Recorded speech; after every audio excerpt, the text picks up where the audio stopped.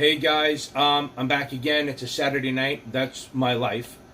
Please do me a favor and please subscribe, like, and leave me feedback. I am weakening and I decided that I am going to do options. Only for the SIE, not for the top off. I'm going to give you pretty much what you need to know about options for the SIE only. If you need to know more, you can come visit me or watch some other YouTube videos. Okay. Options are derivatives. Boom, that could be a question. Okay, derivatives are things that are based on the price of something else.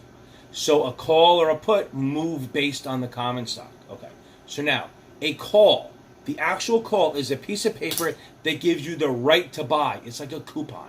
That's all it is. It is a coupon and it gives you the right to buy stock. If I have the right to buy stock at 50, I want it to go higher so that I could buy it lower and then sell it up there. But remember, just because I own the call does not mean I own the stock. I just own the ability to buy it. And if I decide after a couple months I don't want to use it, I can sell it, I can let it expire. I don't have to use it. The advantage is that I have limited risk but unlimited gain. It's a little like leveraging because for a little bit less money, you can buy the right to buy stock and almost make as much as if you bought the stock in itself. Not quite as much. The problem with doing this theory is that they do have a time limit. They don't go forever. Like if you own stock, you can own it forever, and if it doesn't move, it doesn't move. But an option, if you buy it, the premium, the time value starts going away, slowly away as you get closer. So a call is the right to buy stock. It is bullish. If they ask break even, whenever you have a call, you're going to do strike plus premium. So if I buy a 50 call at 3, I'm going to do 50 plus 3, 53. That means the stock needs to get above 53 for me to start making money to recoup the $3 that I spent on the right to buy it. Now, let's say the stock does go to 60 and you have the call and you want to buy it. You want to buy the stock at 50 but it's trading at 60. You can do that because you have the call. But who the hell is going to sell to you at 50? The person who sold the call to you. So if I write a call, I am obligated to sell the stock at that price. So if I buy a call, I have the right to buy it. If I sell it, I am obligated. Now, even if I have a heart attack now and don't say another thing, the reason you sell options is for income. That is the only reason you sell options. So if I sell a call, I must sell stock at 50 if the buyer of the call tells me to. Because I took his money and I said, yeah, don't worry. If you want to buy it at 50, I'll sell it to you. But the problem is, if I don't own it, I have to go buy it wherever it is and then sell it. So if it does go to 60 and I don't own the shares, I have to go buy it at 60 and then turn around and sell it to you at 50. That's where there's a problem. Okay, so now, buy a call is bullish. I want it to go up, unlimited gain, limited loss. Selling a call is the exact opposite. I have limited gain. The only amount of money I can make is the premium that I received. The most I can lose is unlimited. Stock goes up to $1 million and the buyer exercises, I have to go buy it at $1 million and then sell it to you at 50. So I lose money. Okay. A lot. There's no limit. I am bearish. I want it to go down. I want it to die. When I sell an option, I want it to die. No offense, but if I sell you an option, I never want to see you again. That's calls. Puts is the opposite. I buy a put. I have the right to sell stock at 50. That means I have a piece of paper that says I'm trying to get paper. I have the right to sell at 50. This piece of paper says Ken can sell 100 shares at 50. Even if it goes to zero, even if the stock goes to zero, I can still sell it at 50. So for this test, you have to know I have the right to sell stock at 50. I am bearish. I have limited gain. I can only make money down to zero. So if I buy a 50 put at 3, the break even is down. So if you do a call, buy or sell, strike plus premium. If you do a put, it's strike minus whether you buy or sell it.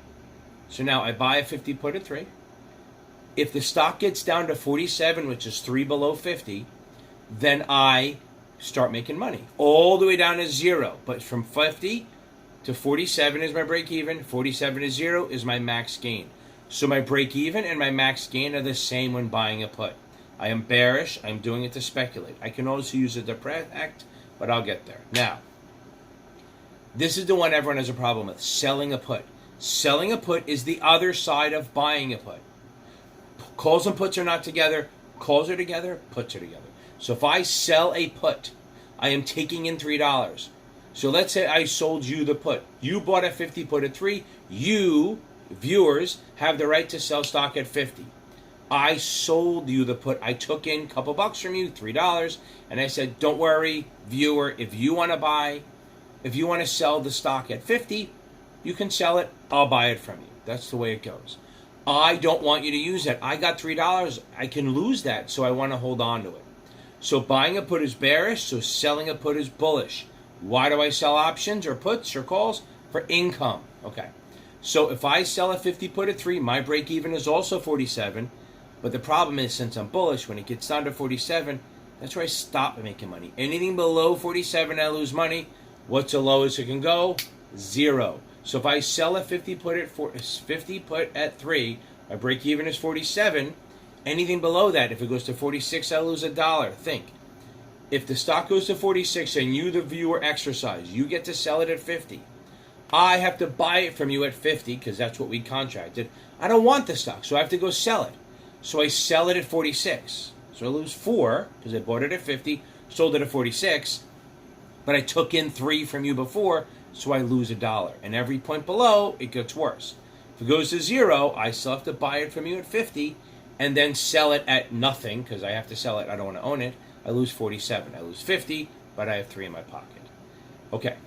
Buy for speculation or insurance, sell for income. Now, here's what you need to know beyond that. If you are long stock, you are bullish, so you can only do bearish options. If you want income, you sell a call. If you want protection, you buy a put. Buying a put against a long position makes it so that you can sell the stock at a price higher than 0. Wherever you choose. You can choose how much you're willing to lose. So if I long stock, I buy a put to protect, or I sell a call to put some money in my pocket, add income. Again, you need deeper, fine, meet with me, and we can do the top off. Shorting stock. Remember what shorting stock is. We're borrowing shares, selling them, hoping they go down. But the risk is they go up. So if they go up, I may have to buy it back at a higher price. So if I short stock, I buy a call. So even if it goes higher, I can still buy it at a price. So again, shorting stock, I buy a call to protect. I sell a put for income. Remember, the only reason you ever sell options is for income. So again, long stock, buy a put, sell a call. Short stock, buy a call, sell a put. Which ones are for income? Oh yeah, selling. Selling the options is for income. Okay, that's what you need to know for the SIE. I'll add one more thing.